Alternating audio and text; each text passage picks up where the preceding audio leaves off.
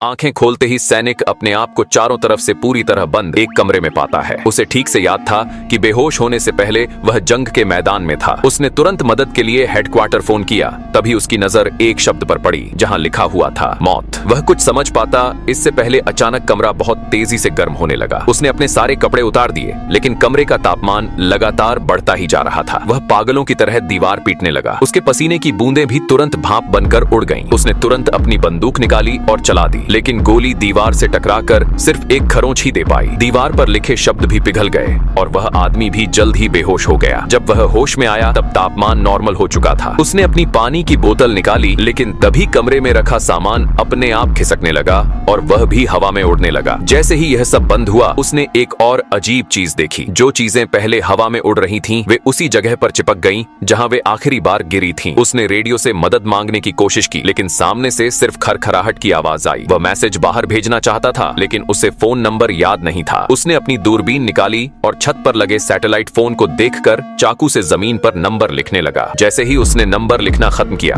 अचानक फोन बजने लगा। लेकिन फोन को नीचे लाना सबसे बड़ी मुसीबत थी। उसने अपना जूता निकालकर फोन को गिराने की कोशिश की, लेकिन जूता भी चिपक गया और तभी फिर से कमरा बदलने लगा। इस बार कमरे में जमा देने वाली ठंड बढ़ने लगी। दीवारों पर बर्फ जमना शुरू हो गई। उसने भागकर अपने कपड़े पहने, लेकिन कोई फायदा नहीं हुआ और वह जमीन पर गिर पड़ा। उसके चेहरे पर भी बर्फ जम चुकी थी और फिर जब उसकी आंखें खुली तो सब कुछ पहले की तरह था। तभी वायरलेस रेडियो बजने लगा। जैसे ही वह उसे उठाने के लिए खड़ा हुआ, कमरा फिर से घूमने लगा, लेकिन उसने किसी तरह खुद को संभाला और कमरे के रुकने से ठीक पहले फोन हासिल कर लिया। उसने फोन की मिस्ड कॉल चेक की और एक नंबर पर कॉल लगा दी। वह कुछ बोल पाता कि तभी सामने से एक औरत उससे मदद की भीख मांगने लगी। बातों से पता लगा कि वह लड़की भी उसी तरह से फंसी हुई है और वह दूसरे देश की है। उन्होंने गौर किया कि कमरे में आने वाली रोशनी बिना किसी लाइट बल्ब या सोर्स के अपने आप आ रही है और दोनों ने बेहोश होने से पहले आसमान में एक अजीब सी रोशनी देखी थी।